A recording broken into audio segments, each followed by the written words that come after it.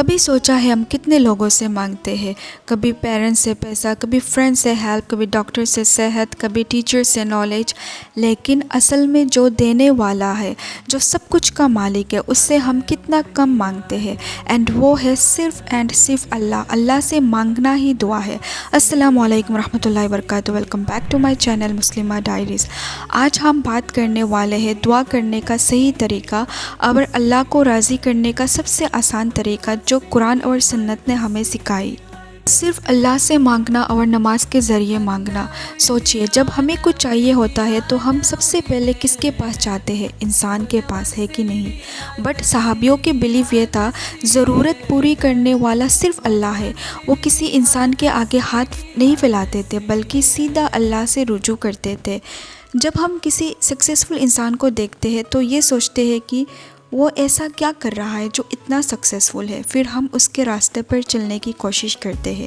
لیکن صحابیوں کے بارے میں ہمیں پہلے سے پتہ ہے کہ وہ کیا کرتے تھے، اور وہ لوگ دنیا اینڈ آخرت دونوں میں کامیاب تھے، تو پھر ہم اس کی طرح کوشش کیوں نہ کریں؟ قرآن میں اللہ تعالیٰ فرماتے ہیں، اور تمہاری رب فرماتا ہے مجھ سے مانگو، میں تمہیں ضرور ادا کروں گا۔ سبحان اللہ، جب مالک الملک خود کہہ رہا ہے مجھ سے مانگو، تو پھر ہمیں لوگوں کے آگے کیوں جھکنا چاہیے؟ تو ہمیں کیا کرنی چاہیے؟ خود کو پاک کر کے، وضو کر کے، صرف 2 رکعت نفل نماز پڑھ کر پھر دعا کرنی ہے۔ دعا کیسے کرنی چاہیے؟ سب سے پہلے یہ جان لو کہ سورہ فاتحہ خود ایک دعا ہے، اس لیے جب ہم دعا شروع کرتے ہیں تو فاتحہ سے شروعات کرنا بہت اچھا طریقہ ہے۔ الحمدللہ رب العالمین مطلب ساری تعریف اللہ کے لیے ہے۔ الرحمن الرحیم مطلب اللہ بہت مہربان اور رحمت کرنے والا ہے۔ ایاک نعبد و ایاک نستعین مطلب ہم صرف اللہ کی عبادت کرتے ہیں اور صرف اسی سے مدد مانگتے ہیں، اور پھر ہم کہتے ہیں اہدنا الصراط المستقیم، ہمیں سیدھا راستہ دیکھا۔ سورہ فاتحہ میں پہلے اللہ کی تعریف ہے، پھر اپنے رب کے آگے جھکنا ہے، اینڈ اس کے بعد دعا ہے۔ اس کا مطلب دعا کی اصل شروعات اسی طرح ہونی چاہیے۔ اس کے بعد ہمیں اپنی نبی صلی اللہ علیہ وسلم پر درود بھیجنی چاہیے، کیونکہ ایک حدیث میں آتا ہے ہر دعا آسمان اور زمین کے درمیان لٹکی رہتی ہے جب تک بندہ اپنے نبی صلی اللہ علیہ وسلم پر درود نہ بھیجے۔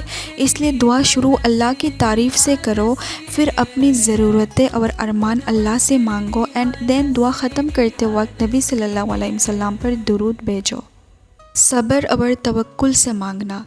دعا صرف زبان سے نہیں، دل سے ہوتی ہے، اور اس کے ساتھ صبر اور توکل ضروری ہے۔ صحابہ لوگ جب دعا کرتے تھے تو وہ یقین رکھتے تھے کہ اللہ ضرور دے گا، اگر ابھی نہیں تو بہترین وقت پر دے گا۔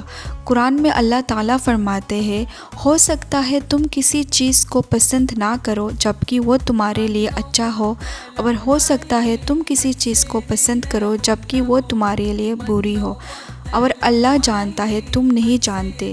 تو اگر دعا میں دیری ہو رہی ہے تو کبھی ڈاؤٹ مت کرو، اللہ نے ڈیلے کیا ہے، ڈینائی نہیں۔ رسول اللہ صلی اللہ علیہ وسلم نے بھی فرمایا، دعا ضرور قبول ہوتی ہے جب تک بندہ جلد بازی نہ کرے۔ جب ہم صبر اور یقین کے ساتھ دعا کرتے ہیں تو اللہ اپنے ٹائم پر سب سے بہترین چیز ادا کرتا ہے۔ استغفار کرنا۔ کبھی سوچا ہے ہم دعا کرتے ہیں بٹ وہ ادھوری رہ جاتی ہے، کیوں؟ کیونکہ کئی بار ہماری گناہ اور حرام کے تعلق دعا کے راستے میں رکاوٹ بن جاتی ہے۔ رسول اللہ صلی اللہ علیہ وسلم نے فرمایا، جو بندہ بار بار استغفار کرتا ہے اللہ اس کے لیے ہر تنگی سے نکالنے کا راستہ بنا دیتا ہے، اور جہاں سے اس نے سوچا بھی نہیں ہوتا وہاں سے رزق ادا کرتے ہیں۔ سبحان اللہ۔